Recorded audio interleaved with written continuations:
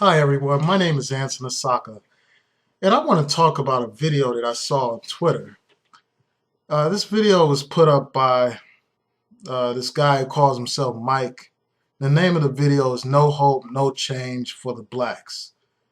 He makes several points in this video. The first point that he makes is this. He says that 95% of black people voted for Obama just because he's black. But then in the same video, he turns around and undermines his own argument by saying that African Americans would have supported the Democratic candidate regardless of who was running. So that makes it clear to me, at least according to his own argument, that party affiliation is more important than race. Second, that argument is undermined by history. When Al Sharpton ran for president, he didn't receive the same level of support from the black community that Obama has received.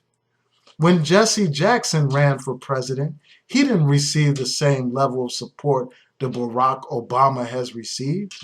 In fact, black politicians were telling people not to vote for Jesse Jackson when Jesse Jackson ran for office. And Alan Keyes, we know for sure that African Americans did not support Alan Keyes when he ran for office. And there are many other examples of African Americans not supporting African American candidates. So this is not about race. African Americans did not choose to elect Obama based solely on his race. Like any other community, we kept ourselves informed about the issues. We read the newspapers, we watched the news programs, we read up on all the issues. We are just as informed as any other group of people are informed about the issues. And it's a disgrace to see another black man speak in such disrespectful terms about his own people. So we voted for Obama based on the same reasons that other people voted for him. We voted for him based on his experience, based on his positions on the issues, and based on his accomplishments. The second point that you make is you say that Obama has done nothing for black people. That is the most outrageous statement that I've heard in a long time. If you look at the positions on cases that have been filed with the courts, you can see that Obama has done something for black people. When you look at the fact that the Obama administration filed a brief in support of affirmative action in the case of Fisher versus the University of Texas, it's undeniable. Obama cares about civil rights. He cares about equal rights, and he cares about his people.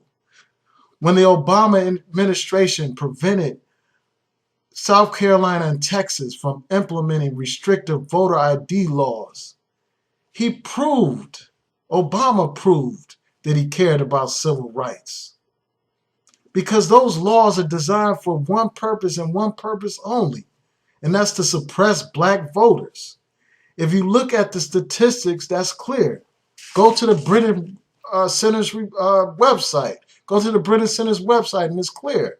25% of African Americans do not possess the types of government ID that these states were requesting, compared to only 8% for whites. So clearly these laws are designed to suppress African American voters. There is no evidence that in-person voter fraud is a real problem. That is an extremely rare occurrence. So this is about really suppressing black voters. It's not about voter integrity. Obama has also fought efforts to undermine the Voting Rights Act. And let's be clear, it was Republican attorney generals that have supported litigation to declare Section 5 of the Voting Rights Act unconstitutional. And Obama has fought that effort. So don't tell me that Obama hasn't done anything for black people.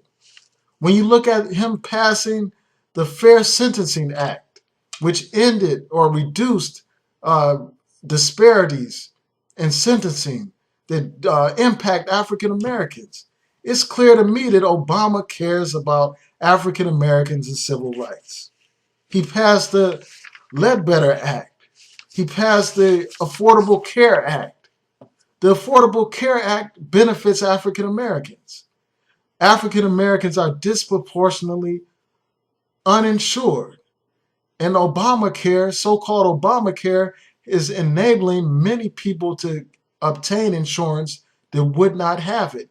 And many of those people are African American. A disproportionate percentage of those people that benefit from that are African American. Before Obamacare, insurance companies could deny coverage based on pre-existing conditions. And Obamacare has prevented them from doing so, and that benefits the African American community. Obama bailed out the American auto industry and saved many African American jobs. So don't tell me that Obama has not done anything for black people. The third point you make, you say that Obama has shunned black people by not attending black events. But that's false. If you look at the facts, it's completely false. Obama attended the NAACP conventions in 2008 and 2009.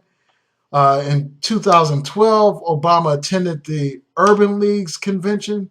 In 2011, Obama attended the National Action Network's convention. And in 2011, Obama also met with the Congressional Black Caucus. So when you say that Obama is shunning African American leaders and African Americans in general, what are you talking about? I mean, where are you getting your facts from? And your fourth point, you say that Obama hasn't appointed any of you Negroes, quote unquote, to his cabinet. What about Eric Holder? He's the Attorney General. He's an African American. What about Susan Rice, the UN ambassador? She's an African American. Obama has appointed 4 black people to his cabinet within the 3 years of his term. Compared to Bush, in 8 years, Bush appointed 6. So I am sure and I am confident that before the end of the Obama administration, he will have met or exceeded the number of African American appointments of the Bush administration. And finally, I just want to make this point. Policies are more important than tokenism. It's not about black faces in high places. It's about policies. If you just think about it, I mean, Clarence Thomas is an African American. He was appointed by the first Bush. And ever since Clarence Thomas has been in office, he has done everything in his power to undermine the civil rights of African Americans. So his race is irrelevant to me. When Condoleezza Rice was in her position of power, how did she use her position of power? She used it to spread lies about weapons of mass destruction. And what happened as a result of that? Thousands of people have died as a result of that. Billions and billions upon billions of dollars have been squandered as a result of that. So don't tell me anything about what Obama hasn't done. The final point that I want to make is I don't understand how any black man can refer to his own people as savages. How any black man can refer to his own people as slaves. I don't understand how any black man in his right mind can refer to his own people as monkeys. Clearly, you must be trying to pander to the white racists that like to view your channel. Clearly, you have no love for your people. Clearly, you have nothing but contempt for your people and yourself.